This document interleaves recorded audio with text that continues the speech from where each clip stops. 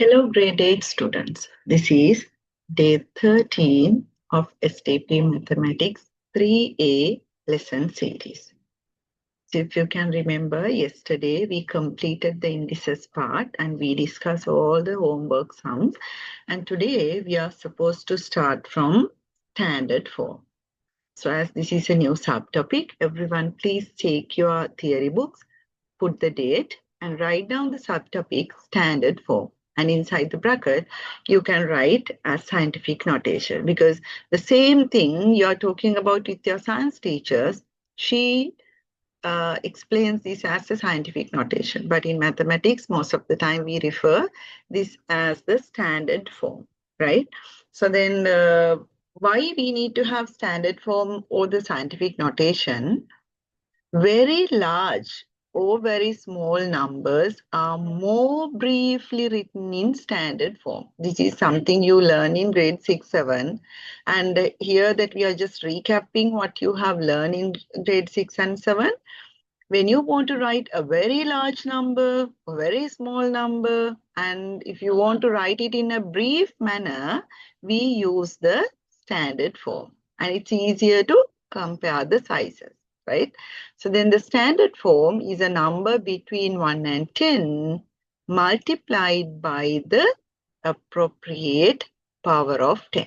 Right? What you want to do, children, you write the subtopic after putting the date, you write the subtopic here in black color, and then you take the blue color pens and write down these 2 points. And you can see when you are writing the second point, you need to keep a space here before writing the point 2.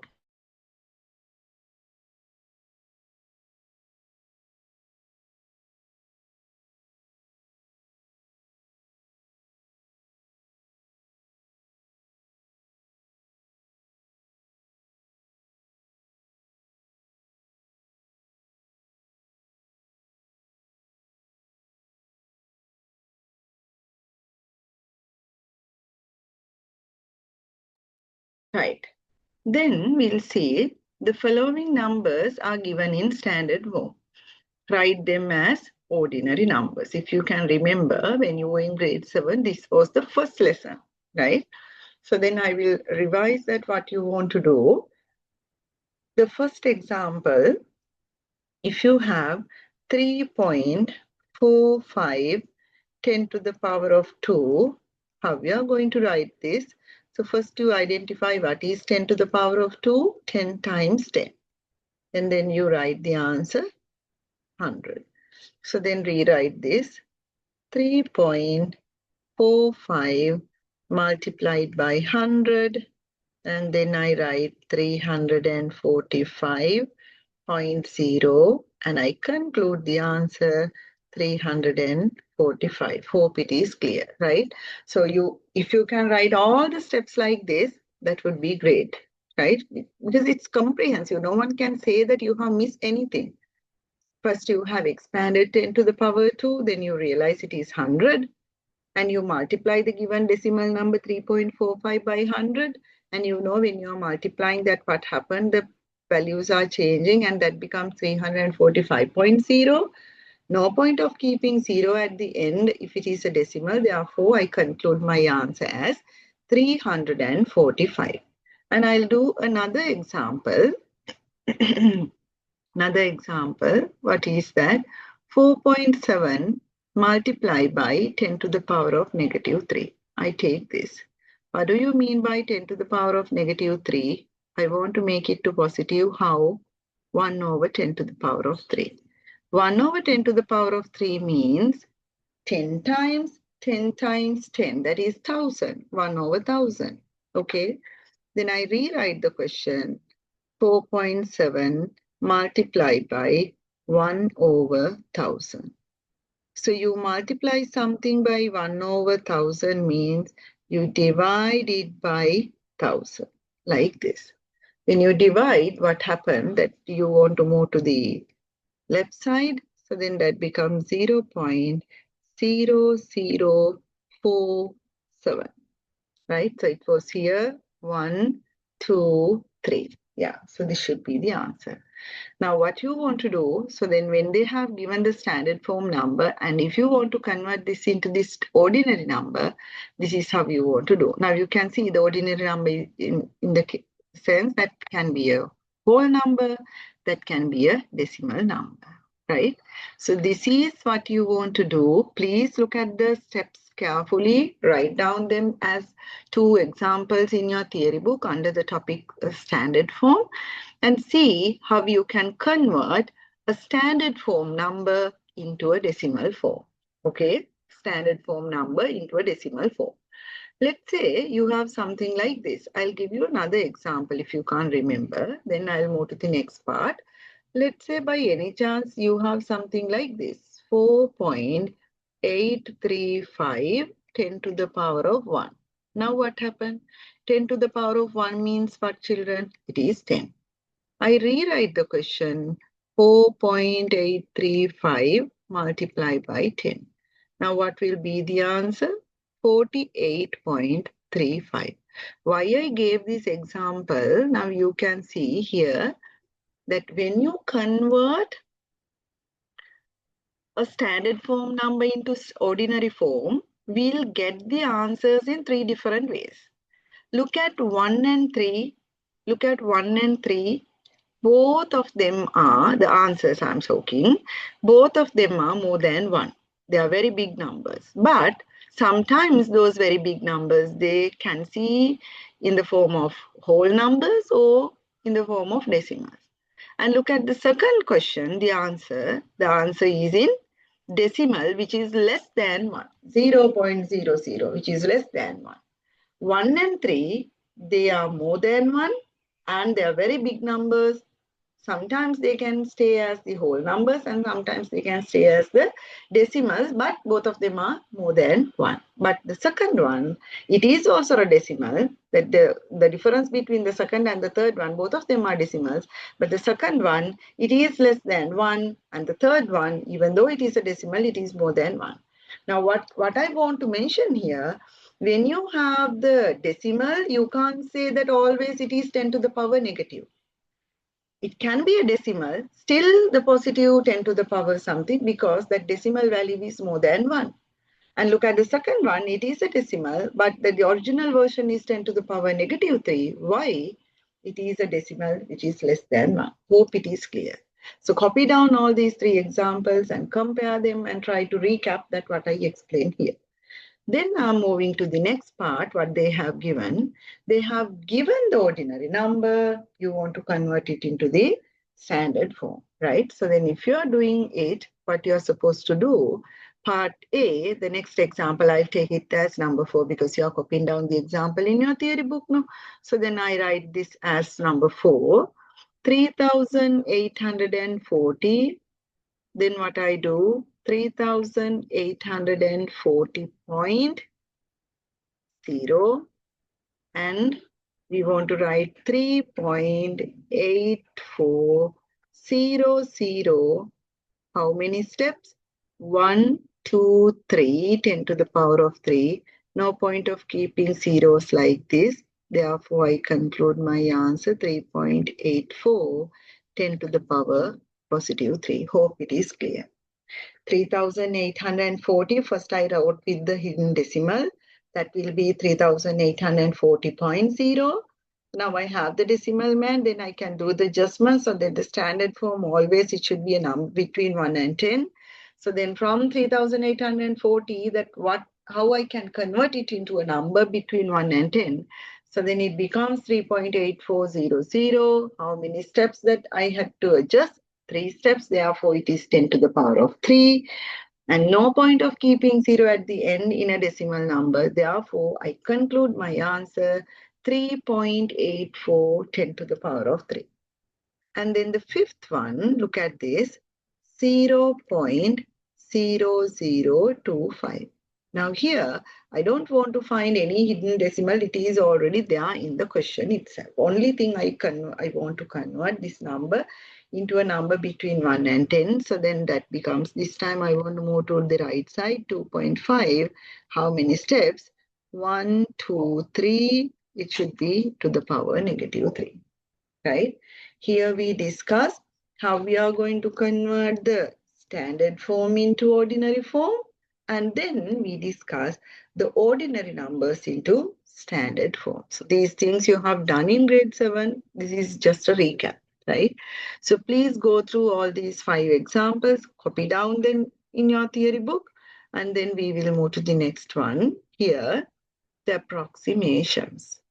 The next subtopic will be approximations, decimal places and significant figures. Here, children, that I just want to show you something. If you have a number 43.508, right? So then I take one by one. If I take this one, right? So in a way that this is for significant figure for me, and this is the tens place, right? If I take this one in terms of significant figures, this is the second significant figure for me, and this is the units place. And this is obvious, the decimal point, right? I just write this as decimal point. And then this one, it is the third significant figure. It is the first decimal point, and it is the 10th place. It is the 10th place. I will write it like this. It is the third significant figure. It is the first decimal place. It is the 10th place, not 10th place, right? And if I get this one, and this is the fourth significant figure, and this is the second decimal place, and this is the hundreds, right? The same digits, but we can name them in different ways. It is based on the concept we are talking about. And this one, it is the fifth significant figure, and you can name this as the third decimal place, and this is thousands, right? Thousands. Now you can see the same digits, they do have different roles based on the concept we are talking about. So what you want to do, you write down the subtopic in your theory book like this: approximation, decimal places and the significant figures. You write down the subtopic. After that, you can write down this. Each digits, they have their own role based on the scenario, right? The subtopic, approximations, decimal places and significant figures, then you write down. So then later you will realize why I explained this, because that without having that, without knowing what is the first decimal place, what is the second decimal place, you can't do this. Before moving to the approximation, decimal places and the significant figures, I want to take another example and show you something. Now you just see if you have something like this. 2.053. What is the first significant figure? This is the first significant figure, and this is the second significant figure. Okay. And here 0.00258. What is the first significant figure here? This one, right? And here, this is the second significant figure. Now, you might think the early example that the first digit I considered as the first significant figure, and the second example, I took the third digit. Why? So children, to identify a particular digit as the first significant figure, it should be a number between 1 and, it should be a number 1 or 9 or in between something, right? If it is 0 in the front, how many zeros you have in the front, we don't consider them as the significant figures. But you look at the first one, that's 0. This 0 I have considered as the significant figure. Yes, I can, because that 0 I can see after the first significant figure. No? Then if you come across with, let's say, 0, 0, 0, all will be significant figures. But to be the first significant figure, always it should be a digit between 1 and 9, right? So including 1 and 9, so it should be a digit like that. So apart from that, if you come across a 0, No, they are not the first significant figures. So let's say that the same example, if you come across it, 0, 0, 0, 2, 0, 5. Now, this is the first significant figure, and this is the second significant figure. Now, you can see the difference. The first three zeros I didn't consider, I didn't look at them, but the 0, which is in between 2 and 5, I consider it as a significant figure because that 0 I can see after the first significant figure, digit 2. Hope it is clear for all of you. Okay. Right, so then we will move to the, now what you want to do, children, that even though I wrote them here and there, first you write down the approximation in decimal like this, the subtopic. Then you write this thing, draw and mark them. And this one you want to write, sorry about it, children, I use the wrong color. You want to write this in blue color, right? You want to write this in blue color, right? If you know this, right? If you know this, now we'll see what we can do. They have given a number 0.0, let's say, I'll take this one, something like this. You have 0.07822, right? 0.00822, right? You just see that what happened. If I correct this to one significant figure and then one decimal place, what happened? The same thing I'm doing, right? The same thing, part A, first significant figure. First significant figure is this one, right? And I want to look at the next digit. When I look at the next digit, it is more than 5. So then what happens? 0.008 and rest will be 0. And I conclude my answer 0.008 first significant figure, right? And the same thing, I can't convert this into first decimal place because that becomes 0, right? And let's say I'm going to convert this into the second significant figure. What will happen? Now 8 is the second significant figure. Then I can write 0.0078. I don't change 8 because after the second significant figure, this time I have 2, which is less than 5. And like this, and I conclude 0.0078 and 2SF like this, right? And if it is to the decimal places, let's say you have 8.593 and you want to correct this to first decimal place. This is the first decimal place. You look at the next number. So then you write 8.600 and 8.6 and 1 dp. And the same thing if you correct to the second decimal places. So this is the second decimal place. So then it becomes 8.590. Why that 9 doesn't change? The next digit is 3. You don't want to change anything. So then you write 8.59 to decimal places, the second decimal place, right? So that is how it works. Right, you can copy that. Even though I'm moving fast, children, when you want to write down the note, you can pause the video and do it. So that's the advantage you are getting when you are having this kind of lesson series, that if it is in the live class, when teacher erase the board, that it's gone.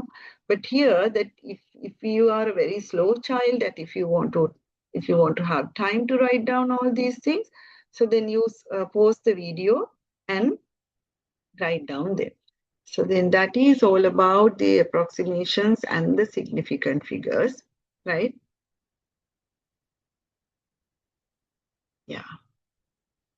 Then the next one, the next example, you can copy down this in your theory book, this part, what they are telling. Estimate a rough value for 8.282638.3 by correcting each number to first significant figure. First, what you are supposed to do, children, you convert the given numbers to first significant figure. For an example, 0.8268 is the first significant figure. No? You look at the next number. When you look at the next number, It is less than 5 now, so you don't want to add anything. You just write it as 0.8. That is done. And then when you go to the next one, this is the first significant figure, and you look at the next one, it is more than 5. You need to add 1 to where you need to add 1 to the underlying number. 3 becomes 4. And some students, when you convert 38.3, that they just write this as 4. It is totally wrong. You just imagine, children, 38.3, how it is approximately equal to 4. That whatever the rest of the digit, we keep the zeros and you write this as 40. And 0.8 you multiply by 40, it gives you 32. 32 approximately equal to 30, right? That is the rough estimate. Estimate the rough value. Then use your calculator. That part is not applicable for you because in Sri Lanka, we are not using the calculators. Therefore, this part is not applicable for you. But you can get the estimated rough value for this calculation like this. First, you convert the given numbers into first significant figures and you do the calculation, maybe the multiplication, division, subtraction, or addition, whatever it is, you just do it and you get the answer. If you come across with the answer like this, again, you can get the approximate value after correcting it to the first significant figure. Now, you might think that today I taught a lot because that we have come to the end of this. This is very important one. I want to explain this tomorrow. I don't do anything that instead what I do, I'll ask you to do here. First, estimate a rough value for each of the following calculation, right? That is enough. Then use your calculator. That part you don't need to do because here we are not using the calculators. What you want to do, children, as the homework, you want to do this. That's enough. These 4 questions, right? Okay, then. So you can do these 4 questions that you know that how to identify the decimal places and significant figures, and you know how to convert the standard form numbers into ordinary forms and the ordinary form numbers into standard form, and those things we discussed today. And tomorrow I'll start the range of values, right? That is a very important thing, and most of the students get this wrong. Therefore, please be ready to learn this with a fresh mindset. But before that, you want to do these 4 questions as the homework. Okay, children, we'll meet again tomorrow. Till then, stay safe. Bye.